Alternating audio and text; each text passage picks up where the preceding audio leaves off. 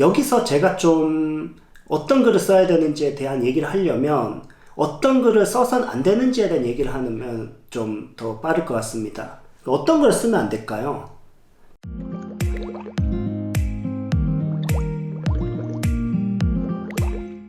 네, 안녕하세요. 레스포케아트 연구원 원장 이상민입니다. 이 영상을 찍고 있는 게 이제 일요일인데, 어제 토요일에 그 한예종 1차 시험이 있었죠. 그래서 논술 문제, 따끈따끈한 논술 문제를 제가 보고, 어떤 문제가 출제됐는지에 대한 정보를 드리는 것도 되게 도움이 될 것 같고, 거기에 대한 어떤 제 생각도 좀 말씀을 드리고, 그 다음에 또 다른 편에서는 이제 어떤 식으로 그러면 좀 준비하는 게 좋을지에 대한 얘기까지 해보면, 여러분에게 좀 유익하게 도움을 좀 드릴 수 있을 것 같습니다. 일단 이번에 그 영화과 기준으로 1번 출제된 문제는 게임이 허구인가 진실인가에 대해서 그 게임 개발자는 현실 세계처럼 게임 안에서 배울 수 있고 다양한 경험을 할 수 있다라고 주장하는 그런 지문이 나왔습니다. 이게 글을 저희도 그 구전해가지고 복원한 거기 때문에 좀 정확하지 않을 수가 있습니다. 지금 어제 발표된 거를 그냥 학생들이 기억에 의해서 복원한 거기 때문에 거의 근데 맥락은 동일할 겁니다. 일단 그 글이 이런 식으로 좀 구성되어 있었다고 해요. 그러니까 기존의 어떤 게임에 대한 생각들 있잖아요. 게임 속에서의 경험은 쓸데없다. 게임 속에서의 어떤 그 경험은 전부 어떤 허구다. 그리고 아무 영향이 주지 못한다. 뭐 이런 식의 어떤 주장을 반박하면서 글이 나왔을 거예요. 그래서 결론은 이제 게임은 좀 다양한 경험을 할 수 있다. 이런 식의 어떤 질문이 나왔고, 여기에 대해서 본인의 생각을 자유롭게 600자 동안 서술하는 게 이제 60점짜리 가장 중요한 문제입니다. 600자짜리. 600자면 역시 제가 여러 번 영상에서 말씀드렸지만 논술 아니고요. 논술 아닙니다, 이거. 자, 논술로 부르지 마세요.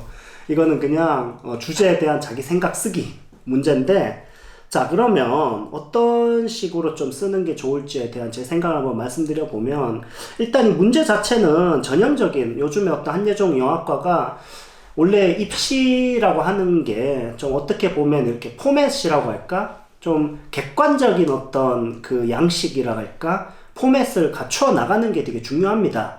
그래서 어떤 우리 학교는 어떤 학생을 선발하고 1차에서는 어떤 목표를 갖고 있고 2차에서는 어떤 학생을 선발한다. 그런 거에서 우리는 이러한 학생을 선발하려고 한다는 목적성이 되게 분명하고 1차 글쓰기에서 굉장히 잘 반영이 되고 있는 것 같아요. 그러니까 한마디로 이제 문제가 어떤 틀을 좀 갖추기 시작했다라고 얘기하는 거죠. 그래서 기존의 어떤 한예종 1차 논술 최근 한 5년, 4년 이 정도로 봤을 때 그 맥락과 거의 일맥상통하는 문제라고 할 수 있습니다. 게임에서 다양한 경험을 할 수 있다는 그런 거에 대한 자기 생각 쓰기인데, 여기서 제가 좀 어떤 글을 써야 되는지에 대한 얘기를 하려면 어떤 글을 써선 안 되는지에 대한 얘기를 하면 좀 더 빠를 것 같습니다. 어떤 글을 쓰면 안 될까요? 편협한 글을 쓰면 안 돼요. 그러니까 이거는 어떻게 보면 되게 편협한 글을 쓰기가 되게 쉬운 문제예요. 그 편협한 글은 어떤 걸까요? 너무 이다 아니다로 가는 거죠. 예를 들어 게임은 허구인가 진실인가? 허구다. 게임 그래서 아무 영향 없다. 게임에서 하는 모든 그 어떤 경험들은 다 무의미하다. 이런 식으로 너무 나가는 것도 사실은 좀 어떻게 보면 이 문제를 출제한 의도에서 조금 벗어날 것 같고요. 그거는 조금은 어떻게 보면 너무 도덕적이고 또 너무 종교적인 어떤 스테레오타입한 생각이기 때문에 좀 편협하다는 느낌을 줄 수 있겠죠. 또는 이 의견에 너무 동조하는 거야. 그래가지고 게임은 막 게임 예찬론자인 거지. 게임에서의 경험이 막 최고고 이렇게 가는 것도 조금 무비판적인 어떤 수용처럼 보일 수가 있죠.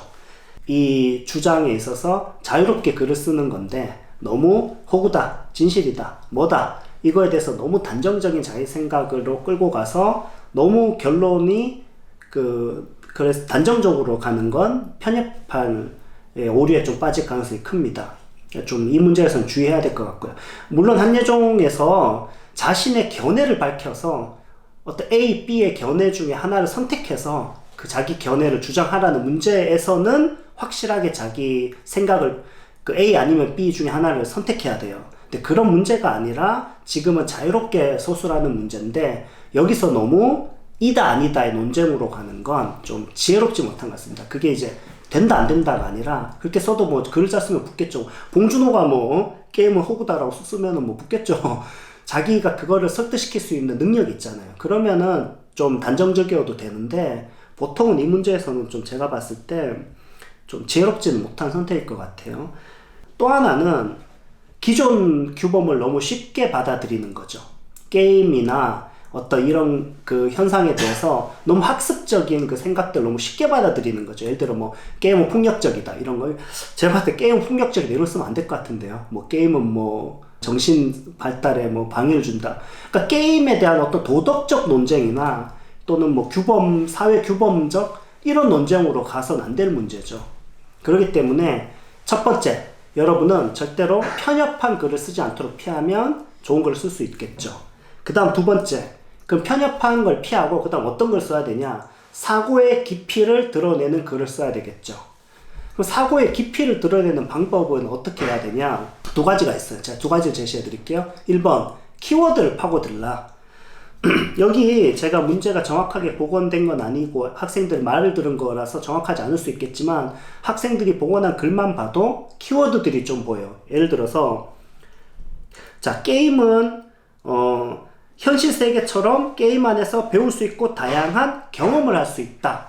저는 여기서 키워드 경험이 딱 먼저 꽂혀요. 아, 경험. 그러면 저는 이 경험이라고 하는 걸 어떤 주제로 해서 좀 더 파고들 수 있을 것 같아요. 그 게임에서 하는 경험은 어떤 경험이냐? 그 게임에서의 경험들이 어떤 경험이 있을 수 있는가? 현실에서는 되게 이런 표현 써도 되는 유튜브에 찐따같이 이렇게 있는데 게임에서는 막 내가 영웅인 거지.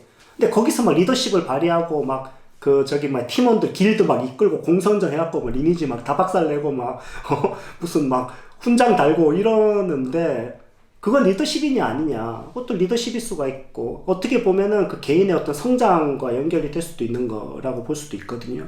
그러니까 이 경험이라고 하는 주제를 좀 깊이 있게 보면 키워드를 여러 얘기를 할 수 있을 것 같아요. 그 경험이라고 하는 게 게임을 통해서 성장한다. 이거는 좀 너무 오버인 것 같지만 최소한 게임을 통해서 나 자신의 또 다른 어떤 면, 경험적인 어떤 성장 이런 것들은 볼 수 있다는 거는 우리가 경험이라는 주제를 통해서 알 수 있겠죠. 또 파고 들어가 볼까요? 보니까 호구냐 진실이냐 이런 주제가 있더라고요. 이런 것도 좀 파고 들어갈 수 있는 요즘에 어떤 AI라든지 또는 뭐 여러 어떤 가상현실이라든지 예술도 과학도 게임도 어떤 이런 현실이냐 호구냐 그럼 그런 거에 대한 주제들이 많이 있겠죠. 그래서 이런 키워드를 깊이 있게 파고들면 여러분의 사고를 깊이 있게 보여줄 수 있겠죠. 그 다음에 사고의 깊이를 더해주는 또 하나의 아이디어는 확장하기예요. 생각을 확장하는 거예요. 어떤 거냐면 게임이란 게 그 현실인가 호구인가 가상인가 이런 주제는 예술과 직접적으로 연결이 되겠죠. 예술과 철학과 연결이 돼요.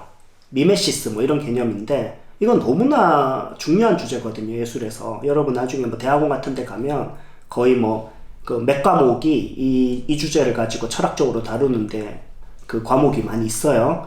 예를 들어 플라톤 같은 것까지 갈 수 있어요. 플라톤은 예술을 되게 하등한 거로 봤죠. 그 이데아가 있는데 그 이데아를 그림자 같은 현실을 다루는 것도 한 발짝 멀어진 건데 예술은 한 발짝 멀어진 거를 또 한 번 더 그려내는 거니까 가장 멀다고 봤죠. 이데아에서. 그러면 이제 플라톤이 생각할 때 가장 다이렉트는 철학이죠. 그래서 바로 이데아로 직접적으로 들어갈 수 있는 철학이 가장 상위에 있다. 뭐 이런 식의 이야기를 한 게 이제 플라톤이라면 그런 어떤 거를 막 이거를 이렇게 주저주저 지식을 쓰면 절대로 안 되고요. 이런 식의 어떤 사고의 바탕에서 예술이나 사회적인 주제와 연결 지으면서 내 사고를 확장해 가는 식으로 써도 여러분의 사고의 깊이를 드러낼 수가 있습니다. 그러면은 제가 얘기한 것만 지금 제가 뭐 짧게 말씀드릴 수밖에 없어서 이거보다 훨씬 더 많지만 몇 가지만 예를 든 거예요. 그냥 떠오르는 거를 제가 지금 얘기한 것도 주제로 해서 써보면 될 것 같은데요. 영화라고 하는 건 어떻게 보면 그 보편적이면서도 깊이 있는 지점을 찾아내는 게 바로 영화의 작업입니다. 상업 영화의 그 가장 중요한 덕목 중에 하나예요. 어떤 많은 사람들, 대중들이 사랑할 수 있으면서도, 그러면서도 그 대중들이 기존의 어떤 그것이 아닌 새로운 것을 우린 제시해야 되는 게 바로 영화를 찍는 여러분들의 역할이기 때문에 교수님들이 원하는 글은 어떤 편협하지 않으면서도, 그러면서도 깊이를 드러낼 수 있고 자신의 생각을 드러낼 수 있는, 그래서 내 생각이나 내 개성은 개성 있는 예시나 개성 있는 표현에서 오는 게 아니에요. 생각의 깊이와 편협하지 않은 사고에서 여러분의 어떤 1차 논술에서의 어떤 우리가 원하는 지점, 보편적이면서도 깊이 있는 그런 생각이 완성될 수 있기 때문에 그 지점에 대해서 생각해보면 될 것 같습니다.